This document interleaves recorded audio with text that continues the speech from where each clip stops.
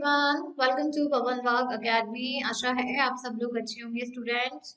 चलिए, as you know, हम लोग का जो क्लास 11th का चैप्टर था आपका एनिमल टाइप्स में, जिसमें हम लोगों ने कॉकरोच, स्पेशली कॉकरोच के बारे में डिस्कस किया था। उसके digestive system, circulatory system, respiratory system and nervous system, जितने भी उसके सिस्टम थे उसके बारे में, उसके स्ट्रक्चर, एक्सोस्केलेटन, एंडोस्केलेटन, सारी चीजों को डिस्कस किया था।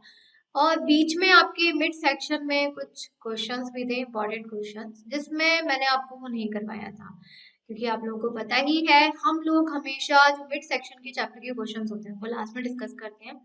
तो आज का जो आपका सेशन है, ये स्पेशली जो मिड सेक्शन में क्वेश्चंस प्रेजेंट हैं उनके ऊपर बेसिस है। तो स्टार्ट करते हैं कैन यू रिकॉल वाले पार्ट से, जिसमें आपके फर्स्ट क्वेश्चन पूछा हुआ है आपसे that how many different types of animals are present around us। हमारे आसपास कितने डिफरेंट टाइप के एनिमल्स प्रेजेंट हैं। एज वी नो दैट हमारी अर्थ बहुत बड़ी है, और बड़ी होने की वजह से इस अर्थ पर डिफरेंट स्पीसीज, डिफरेंट वेराइटीज के एनिमल्स प्रेजेंट हैं। तो ओवर, मैं थोड़ा सा नंबरिंग लिख देती हूँ, just give me a second. Over 1.5 million animal species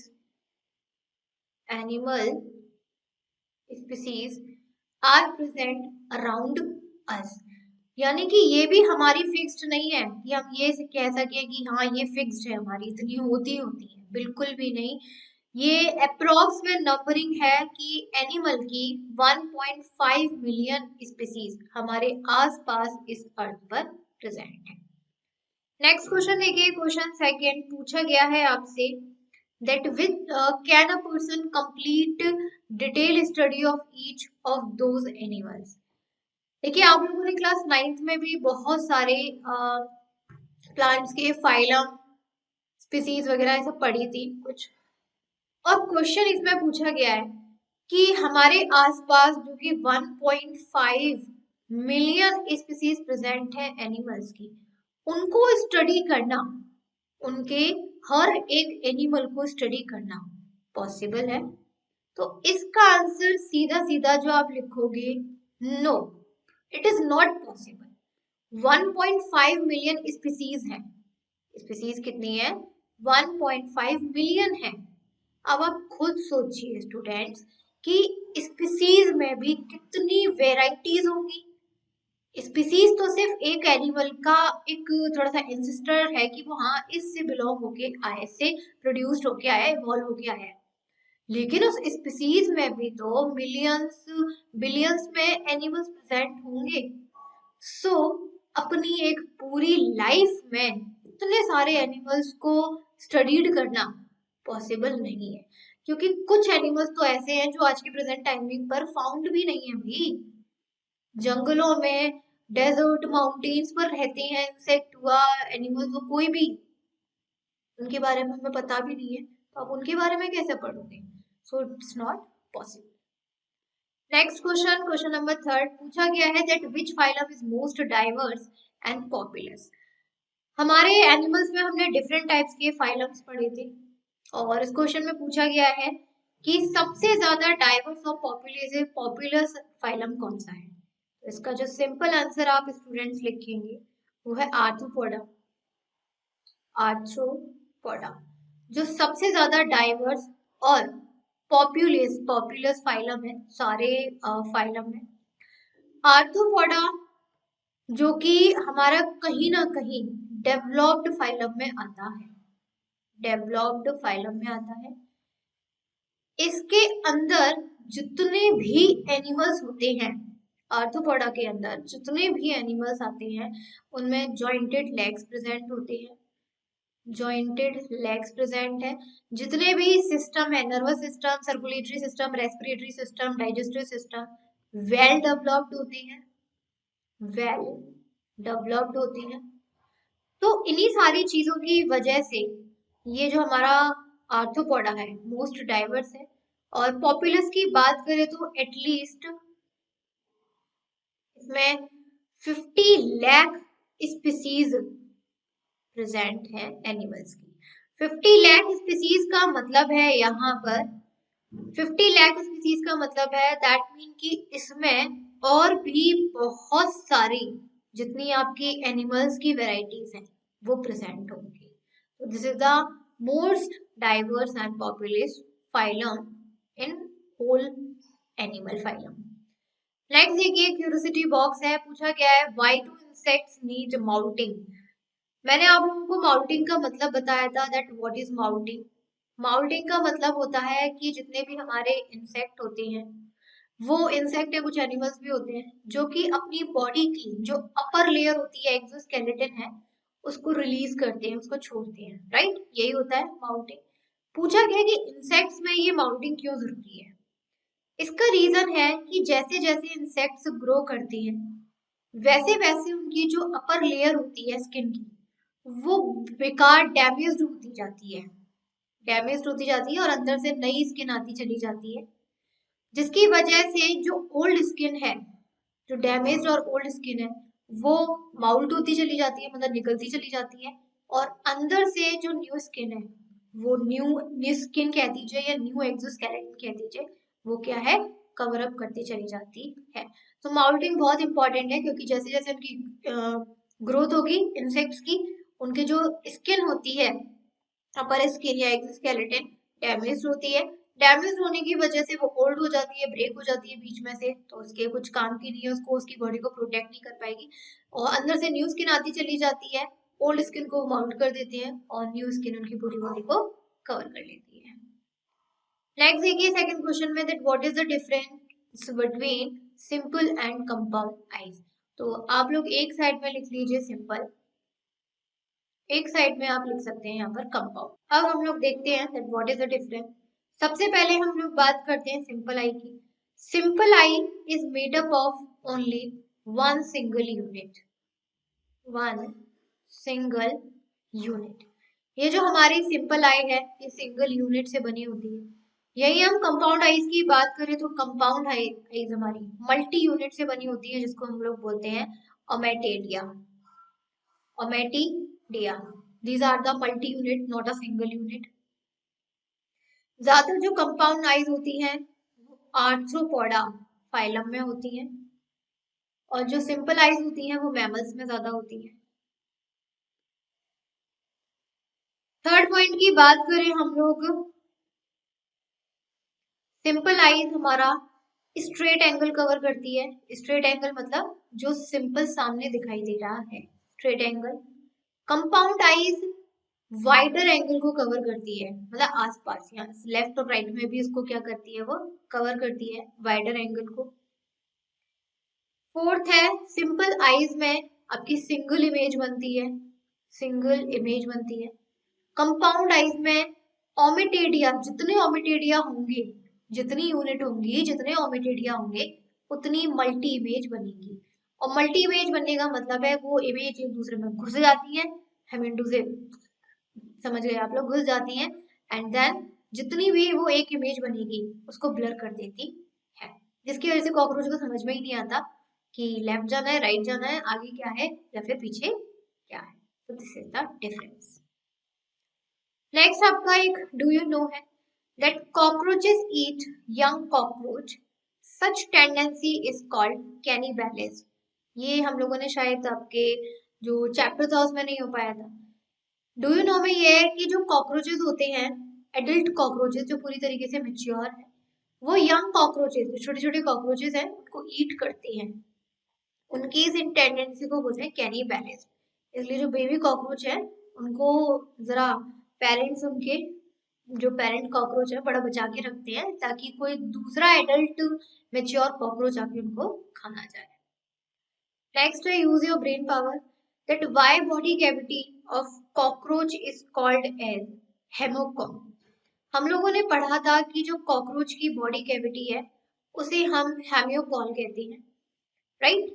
अब पूछा गया है कि हम लोग इसकी बॉडी कैविटी को हेमियोकॉल कहते क्यों हैं। Reason is that its body remain its body remains filled with hemolymph,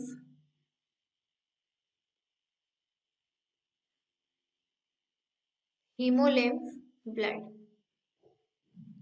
that mean इसकी बॉडी में हीमोलिम्फ लिक्विड फिल्ड रहता है, ब्लड के अंदर इसके हीमोलिम्फ प्रेजेंट रहता है, जिसकी वजह से हम इसकी बॉडी कैविटी को बोलते हैं हेमियोकॉल। हेमियोकॉल लिम्फ जो कि आपका प्रोटीन और प्लाज्मा का लिक्विड है। लिम्फ क्या है? Lymph is a fluid which is a combination of protein and plasma. ये आप लोगों ने 10th में और 9th में पढ़ा होगा स्टूडेंट कि लिम्फ हमारा लिक्विड होता है जो कि हमारे सेल्स में फिल्ड हो जाता है, फिर उसको निकालने के लिए पूरा लिम्फेटिक सिस्टम होता है। तो इनकी बॉडी में लिम्फ फ्लूइड प्रेजेंट होने की वजह से इसकी बॉडी को हम लोग कह देंगे हेमियोकॉल। नेक्स्ट क्वेश्चन देखिए, डू यू नो में that cockroaches are considered as bio indicator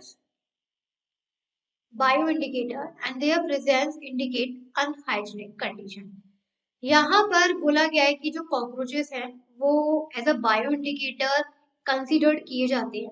bio indicator का मैं आप लोगों को मतलब बता देती हूँ। बायो का जो मतलब होता है वो मतलब होता है students living. The meaning of bio is living things and indicator का मतलब किसी चीज की जो इशारा करे।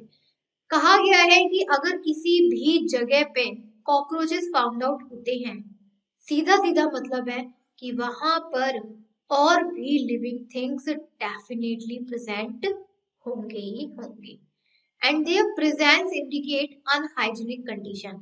लेकिन इसके साथ एक और चीज है कि जहां कहीं भी कॉकरोचेस प्रेजेंट हैं वहां की कंडीशन कैसी है? अनहाइजीनिक है।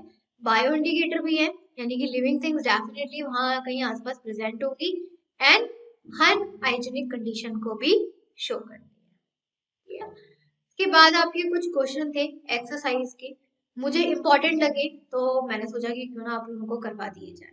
ये ऐसे क्वेश्चन है जो कहीं ना कहीं आपसे 2 या फिर 1 मार्क्स में डेफिनेटली आपके एग्जाम में पूछ लिए जाते हैं। देखते हैं। Explain the following in short. ज्यादा एक्सप्लेन नहीं करना है, शॉर्टली हमें एक्सप्लेन करना है। बोला गया है फर्स्ट क्वेश्चन में व्हाट आर एनल सेट्सी। तो यहाँ पे देखिए मैंने आप लोगों के लिए पूरा स्लाइड तैयार की है जहां पर आपको आंसर्स मिलेंगे, क्योंकि मैं अगर इसको थोड़ा सा अपनी लैंग्वेज में और स्लाइड्स पे ही थोड़ा सा लिख के करवा दी तो आप समझ नहीं पाते, तो पूरी स्लाइड्स हम लोगों ने आप लोगों की तैयार की है। पूछा गया है what are anal cerci. Anal cerci are a pair of appendages at the end of the abdomen arising from near the 10th segment of the body of the cockroach. जैसे कॉकरोच की बॉडी होती है, ये इसमें 10th सेगमेंट होता है। 10th segment में इस तरीके से 2 अपेंडेजेस का मतलब छोटे से पेयर निकले रहते हैं and these are present in both males and female, दोनों में प्रेजेंट रहते हैं, मेल्स और फीमेल्स में।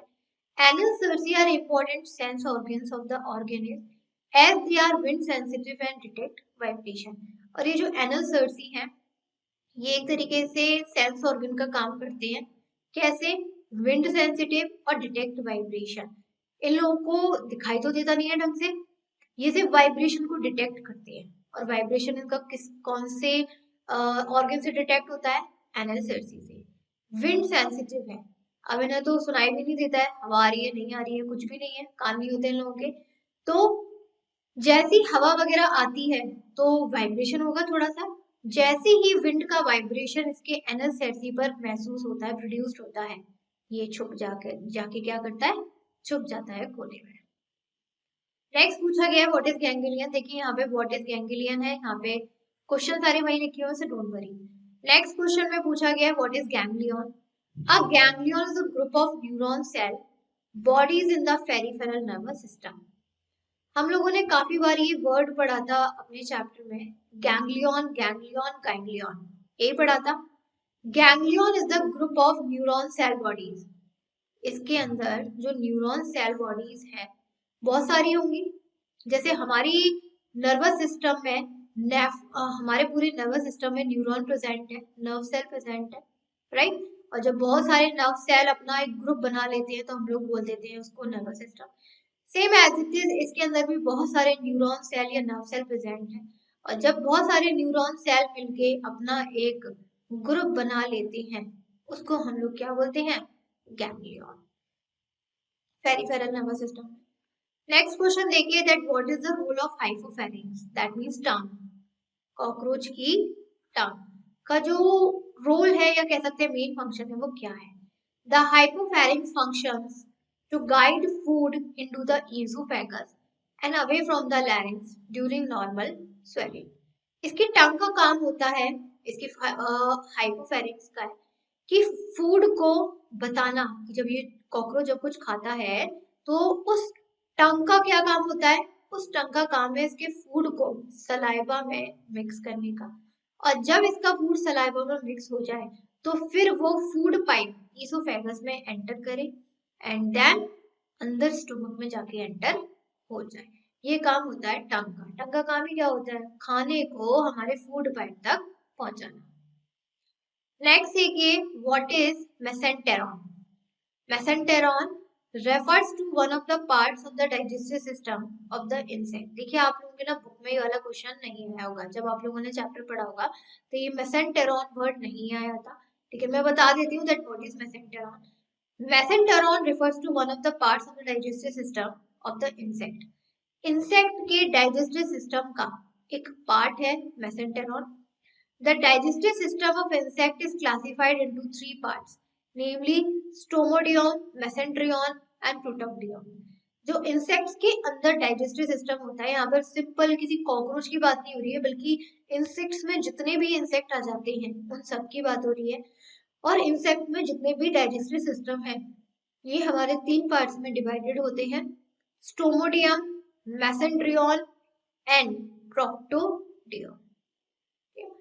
The mesenteron region is commonly called as midgut of the insect। और ये जो रीजन होता है मेसेंटेरॉन, इसको हम लोग इंसेक्ट का मिडगट वाला भी पार्ट कहते हैं। नेक्स्ट क्वेश्चन देखिए, लोकेशन ऑफ टर्गम। कॉकरोचेस में जो टर्गम की लोकेशन है वो कहाँ होती है? In crustaceans the tergum is known as pleuron where it overhangs the insertion of the limb on each side as a free plate। देखिए इन क्रूस्टेशियंस जो टर्गम होता है उसको हम लोग प्लूरियन कहते हैं। It is pleuron when it overhangs the insertion of the limb on each side as a free plate. इसके दोनों जो लिम्ब्स होते हैं उस पर हैंग करता रहता है। In contrast to the tergum, the ventral portion of a segment is called sternum. इसका जो वेंट्रल पोर्शन होता है सेगमेंट का उसे स्टर्नम कहते हैं। And the sternum or breast bone is a long flat bone located in the center of the chest। और इसका जो sternum है जो कि एक long flat bone है, इसके chest के सेंटर में बिल्कुल प्रेजेंट होती है। नेक्स्ट है दैट व्हाट इज उथेका। ये तो हमने अपने लास्ट वीडियो में ही पढ़ा था कि उथेका जो हमारे सेल्स होते हैं कॉकरोच फीमेल के। And ootheca is a type of egg mass made by any member of a variety of species, including mollusks, mantises, and cockroaches। Utheca is a type of egg mass। जैसे female human females में ovum release होते हैं, human females में ovum release होते हैं, same as it is यहाँ पर, same as it is यहाँ पर कॉकरोचेस में, या कह सकते हैं जितनी भी इंसेक्ट की वेराइटी होती है उसमें जो एग प्रोड्यूस्ड होते हैं उसे हम लोग बोलते हैं उथेका। और बहुत सारी स्पीसीज होती हैं जो कि उथेका एग को रिलीज करती है, mollusc, mantises, cockroaches etcetera. Next question देखिए, पूछा गया है how many chambers are present, how many chambers are present in heart of cockroach. Heart, cockroach के हार्ट में कितने चैम्बर्स होते हैं? हम लोग, आप लोगों ने पढ़ा होगा 13 चैम्बर्स थे। Cockroach has one heart, cockroach का जो हार्ट है वो तो एक ही होता है, but the heart may have as many as 13 chambers. लेकिन इसके हार्ट में टोटल 13 चैम्बर्स होते हैं। जैसे ह्यूमंस के हार्ट में बात करें तो 4 चैम्बर्स होते हैं।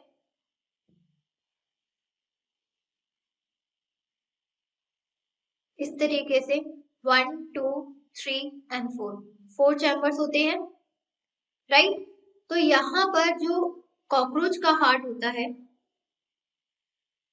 दिस वन, कॉकरोच का हार्ट, उसमें 13 चैम्बर्स होते हैं, 1 2 3 4 5 6 7 8 9 10 11 12, राइट, और एक यहाँ पर इस तरीके से 13 लास्ट में।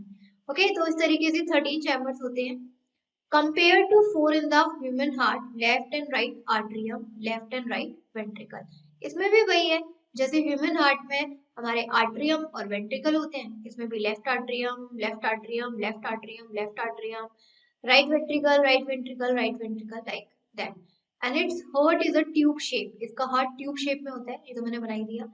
It's heart can stop without cockroach dying, और अगर इसका हार्ट स्टॉप हो जाता है तो कॉकरोच की डेथ फिर भी नहीं होती है, ध्यान रखिएगा। क्यों नहीं होती है? क्योंकि कॉकरोच के अंदर ब्लड नहीं होता, में लिम्फ होता है, दैट्स व्हाई। तो बिना लिम्फ के अपने रेस्पिरेटरी सिस्टम पर और डाइजेस्टिव सिस्टम पर कॉकरोच अपने हार्ट स्टॉप होने के बाद भी काफी दिन तक सरवाइव कर सकता है। क्लियर? यहाँ तक क्लियर हो गए होंगे। ये थे आपके कुछ इंपॉर्टेंट क्वेश्चंस जो कि कहीं ना कहीं आप लोगों के लिए इम्पोर्टेंट थे और मैंने आपको डिस्कस करा दिए। अब आप लोगों के क्लास 11th में काफी कम चैप्टर्स बचे हुए हैं, ऑलमोस्ट मैंने स्टार्टिंग के तो काफी सारे करा ही दिए हैं, अब बहुत ही कम चैप्टर्स हैं जो आपके बचे हुए हैं। तो कोशिश करेंगे कि जितने भी आपके चैप्टर्स बचे हुए हैं 5 और 6 चैप्टर्स, उनको भी हम लोग जल्द फिनिश कर चुके, और ये भी ट्राई करेंगे कि आपका जल्द ही नेक्स्ट वीडियो आए आपके नेक्स्ट चैप्टर पर, न्यू चैप्टर पर। फिर मेरी आशा है कि आपको यहाँ तक समझ में आ गया होगा, क्लियर होगा, कोई डाउट नहीं होगा। मिलते हैं आपको नेक्स्ट सेशन, नेक्स्ट वीडियो में न्यू चैप्टर के साथ। तब तक के लिए जितने भी मैंने आप लोगों को चैप्टर्स कराए हुए हैं रिवाइज कर लीजिए, बिकॉज एग्जाम तो होंगे ही, ऐसा तो नहीं है कि एग्जाम नहीं होंगे, तो उसका आप रिवाइज करते चाहिए। ऐसा नहीं है कि रिवाइज नहीं करना है और बस पढ़ के छोड़ दिया, रिवाइज करते रहिए, रिवाइज से थोड़ा सा याद रहता है। मिलते हैं आपको नेक्स्ट वीडियो में नेक्स्ट सेशन के नेक्स्ट चैप्टर के साथ, तब तक के लिए bye bye students and thank you.